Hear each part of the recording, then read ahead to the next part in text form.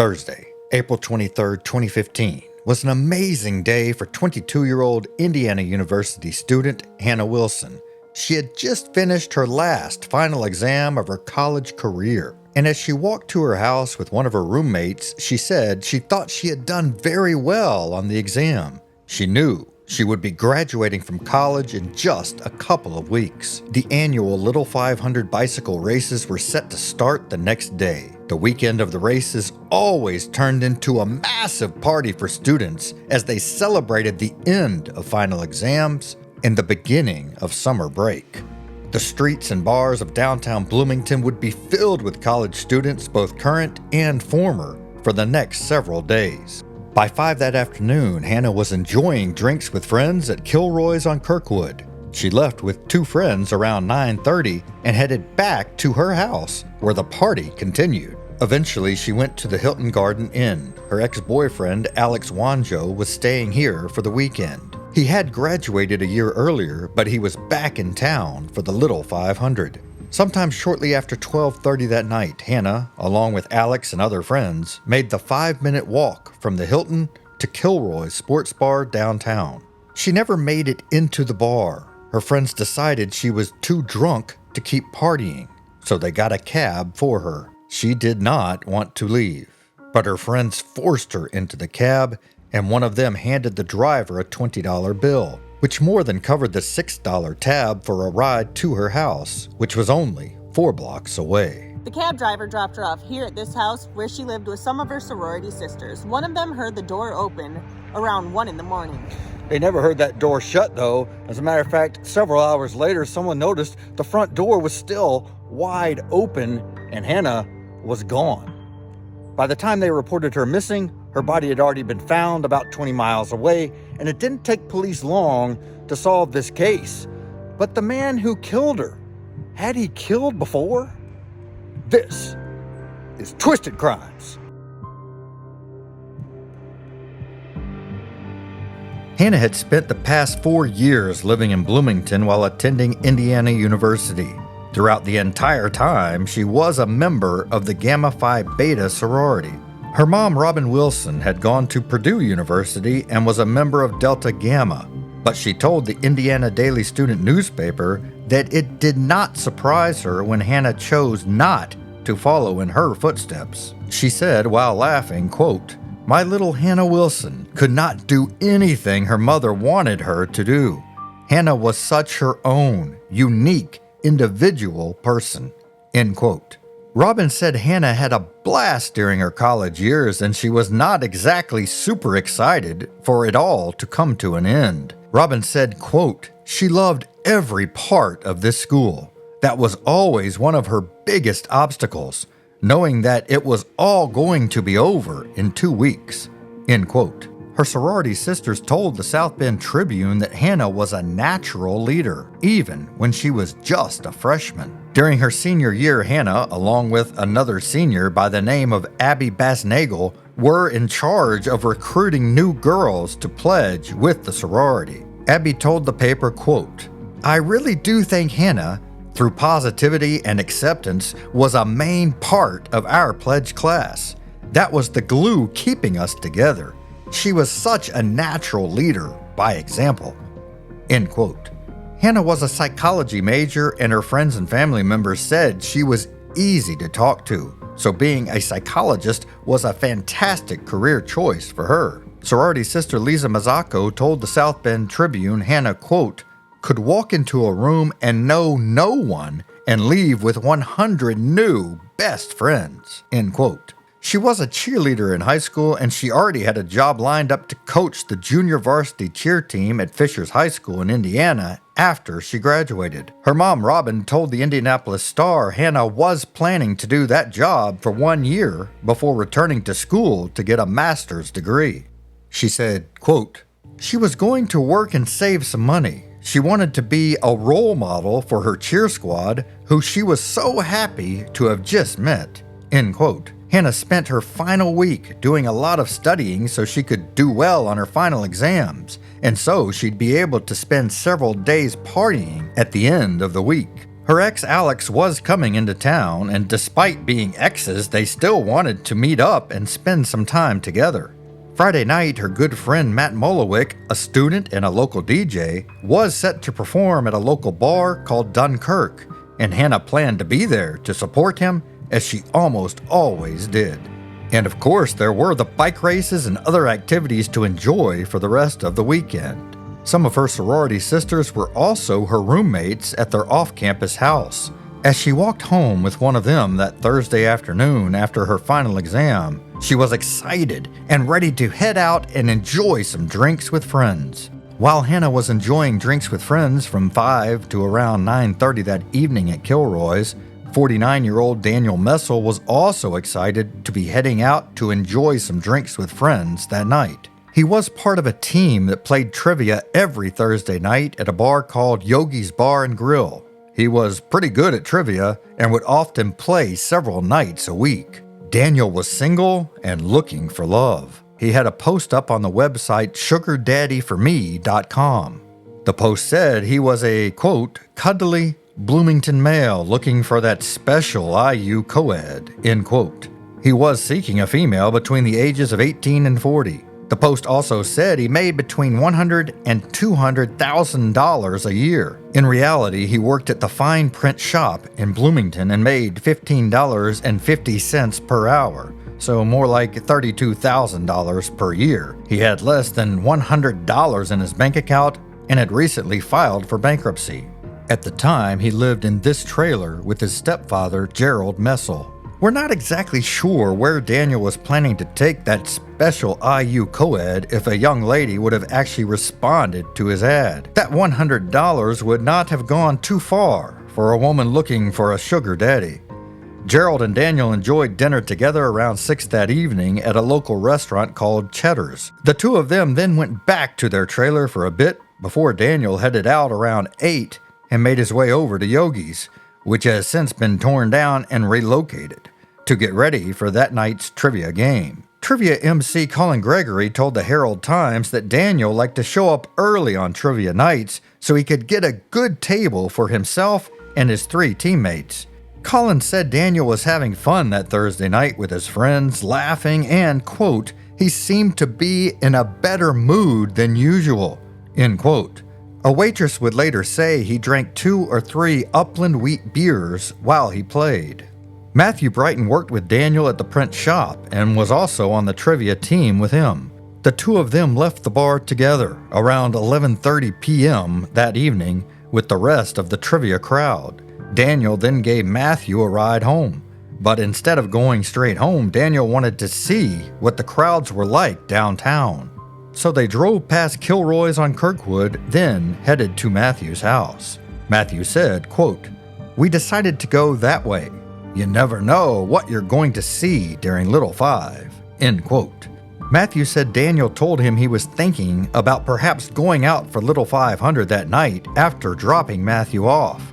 Around this time, Hannah was enjoying the company of her ex-boyfriend Alex at the Hilton Garden Inn. They had some alone time together, then they were joined by some other friends, and Hannah kept drinking, as she had been doing since 5 that afternoon. Eventually, midnight came and went, and by 12:45 a.m., they were all ready to make the short walk to Kilroy's Sports Bar. This is the same sports bar Indiana University sophomore Lauren Spierer hung out at the night she disappeared in June of 2011. During that 5-minute walk, Hannah's friends noticed she was having a hard time walking properly. She was stumbling and was obviously drunk. Alex and his friend Tyler Dunlap decided Hannah needed to head home and sleep it off. They were about to request an Uber for Hannah when a cab driver happened to pull up. Alex said, quote, she was stumbling but walking on her own. I felt confident she could get into her house. Tyler and I helped carry her toward the taxi cab, opened the door, and helped her in the car, end quote. According to the Herald-Times, cab driver Wes Yeatman said Hannah wanted to keep partying with her friends. He said, quote, she was pleading with them to stay, and they were trying to get her in the cab. She was drunk, yes, sir. She was coherent, but she had definitely had too much to drink, end quote. Wes also said Hannah wanted Alex to come home with her. Instead, Alex handed the driver a $20 bill and headed off to another bar with Tyler. At that bar, Alex met a woman, and the two of them decided to head back to his hotel room, leaving Tyler alone. At that point, Tyler texted an explicit message to Hannah, hoping she would agree to meet up with him, but he did not get a response. Taxi driver Wes said Hannah did not give him her exact address, perhaps not wanting a stranger to know where she lived. Instead, she directed him to this intersection, just a short walk from her house, where he said he dropped her off. He said he watched her walk down the road a bit as she walked around cars and onto the sidewalk, but he never saw her enter her house. He quickly headed back downtown to look for his next fare. After all, it was one of the busiest nights of the year for cab drivers in the area because of the Little 500. Nothing seemed unusual to Wes. He never even noticed the small SUV following behind them as he drove Hannah home. One of Hannah's roommates and good friends was Allison Eschbach. Allison was at home in bed upstairs already when Hannah got back home just after 1 a.m. Allison said she heard the front door open at that time, and she assumed it was one of her roommates arriving home, so she went back to sleep. She said she did not hear the door shut. Hannah called Colt Burnett, someone she had met a few weeks earlier, at 1:02 a.m., but Colt said he could not hear her because he was inside a loud bar at that time. He would later testify that he hung up the phone and texted her at 1:06 a.m., but never received a response. As the sun rose that Friday morning, people in different parts of town began noticing something was wrong. When roommate Allison woke up that morning, she noticed the front door to the house was wide open. She then looked into Hannah's room and saw her purse and cell phone in her room, but she did not see Hannah anywhere. She said it did not look like Hannah's bed had been slept in. Around 6:30 that morning, Daniel's sister, Jerry Goodwin, stopped by his house to drop her son off. Daniel's stepdad, Gerald, told her he was concerned about him because he had never made it home the previous night. When workers showed up to start their day at Fine Print, it did not take long to notice Daniel was not here. At some point, an Indiana University professor by the name of Jennifer Lentz, who played on Daniel's trivia team, heard from workers at Fine Print that Daniel had not shown up to work. He had worked here for quite a few years, and this was apparently his first ever no call, no show. She would later testify she was so concerned that she looked up his address online and drove to his house to check on him. According to the Herald-Times, around 8:30 that morning, Brown County resident and quilt maker Carol Bridges left her house to go get some raw milk. Along the way, she drove by this field and she noticed what looked like a pile of clothes on the ground. As it turns out, after dropping Matthew off, Daniel had decided to return downtown in his 2012 silver Kia Sportage. He must have seen Hannah getting placed into the cab and then decided to follow her. Brown County Prosecutor Ted Adams later told True Crime Daily, quote, "I think at some point she realized her license was missing and she walked out of her house to see if she maybe dropped it out there. It's my belief that Daniel Messel was driving up and down these roads, somehow offered to help or offered to give her a ride back to the bar, and I think that's how those two individuals met," end quote. Ted said instead of driving Hannah back to the bar to look for her license, he probably knocked her out in his Kia. Eventually, they ended up at this vacant lot on Plum Creek Road in Brown County, about a 30-minute drive from Hannah's house. Many years ago, there used to be a commune here where hippies had lived. Ted said, quote, "I think Hannah had regained consciousness and was fighting. He pulled quickly into this lot because he had to defend himself from the onslaught of Hannah trying to escape that vehicle. There was no indication of DNA or blood spatter on the passenger side. That's why I think he had drug her over the center console onto the ground a little bit forward from this spot and killed her there," end quote. According to the Indy Star, Around 3:19 a.m., dogs nearby were going crazy. A woman who lives near here testified, quote, "I was asleep and woke up because the dogs were barking. I did go to the kitchen, but the porch light wasn't working. I went back to my bedroom and laid down. The dogs were still barking ferociously," end quote. Later that morning, as Carol drove by and noticed the pile of clothes in the field, she said she also noticed something else. She said, quote, "Then I saw shoes at the end of the pile of clothes, so I thought I'd better turn around. I pulled into the little driveway that's there and saw a person lying on the ground. I noticed there was a cell phone at her feet. I got into my car and went home to call police," end quote. On the 911 call, Carol said, quote, "There is a dead body in a field at State Road 45 and Plum Creek Road. It looks like a woman. Her head is covered up and she is face down on the ground. I did not touch her," end quote. Police quickly arrived, and one of the first things they noticed was the cell phone under her right foot. An Indiana State Police investigator picked up the phone and called Monroe County Central Dispatch. He asked them to trace that number. Hannah did not have her license, so police did not know who she was and assumed it was her phone. However, dispatch was able to figure out the phone had actually been used by a man named Daniel Messel the previous year when he had called in to say he was stuck on a stump sometime after 4 a.m. one morning in Bloomington. During the fight between Daniel and Hannah, she had managed to knock his phone onto the ground, leaving a key piece of evidence laying there with her in the field. Mom Robin told the Brown County Democrat, quote, "My daughter died a hero that night, alone on Plum Creek Road. She was not an easy prey," end quote. Officers headed to Daniel's house, but he was not home, so they asked a neighbor to call them if he showed up. About 10 minutes later, that neighbor called. Officer Richard Clunn quickly made his way to Daniel's house, and when he arrived, he saw Daniel carrying a white plastic bag full of clothes out of the trailer. He appeared to have marks on his arms. Officer Clunn would later testify that he pulled out his gun and told Daniel to show his hands. Daniel then threw the bag into the carport. When Officer Clunn looked in the bag, he saw clothes with blood and hair on them. When police later searched Daniel's Kia, they found a clump of black hair and blood on the console, along with blood spatter on the driver's side. When police took a look at his records, they found he had a long history of issues. According to the Indianapolis Star, he was accused of hitting a man in the face with a miniature baseball bat in 1985. He was charged twice in 1986 with confinement and battery charges involving a teenage girlfriend. In 1991, he, quote, hit, slapped, bit, and pulled hair, end quote, of a different teenage girlfriend. He pleaded guilty to battery and got 1 year in jail.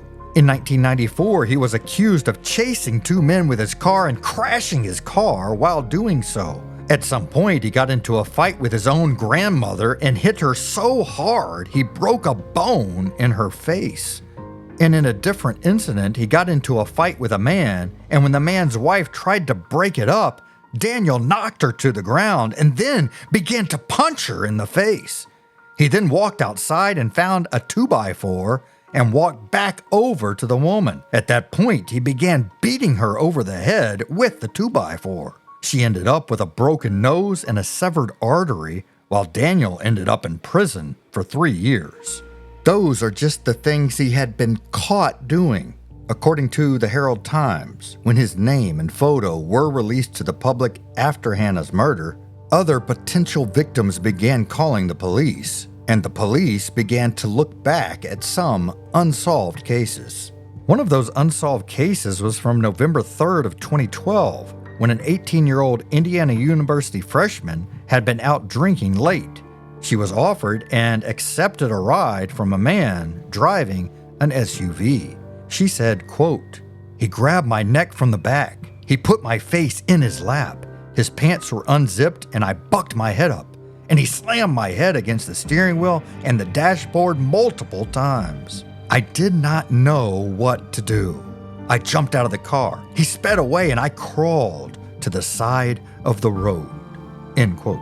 According to 13 WTHR News, almost exactly a month later, on December 2nd, 2012, also in the early morning hours, a 21-year-old woman and her female friend were walking home from the bars when they noticed a silver SUV circle the block and eventually pull up next to them. The male driver asked them for directions. One of the women later told 13 News, quote, "It was extremely scary, the way he pulled up on the sidewalk and basically tried to accost us," end quote. The women ran away from him and called 911 as they ran. The 21-year-old girl said, quote, "I remembered his license plate and that's how they were able to pull him over that night and catch him with his pants down," end quote. The man driving that SUV was Daniel Messel. A detective was able to track him down and talk to him, but, for reasons unknown, decided to let him go. In August of that year, a woman called police to report a man had driven up to her twice, asking her directions and asking her if she needed a ride. The police report said, quote, "He then asked her an inappropriate question before leaving the area," end quote. Once again, Daniel was named in the report, but no arrest was made. In the wee hours of September 1st, 2012, he picked up a 22-year-old Indiana University student who was alone and drunk.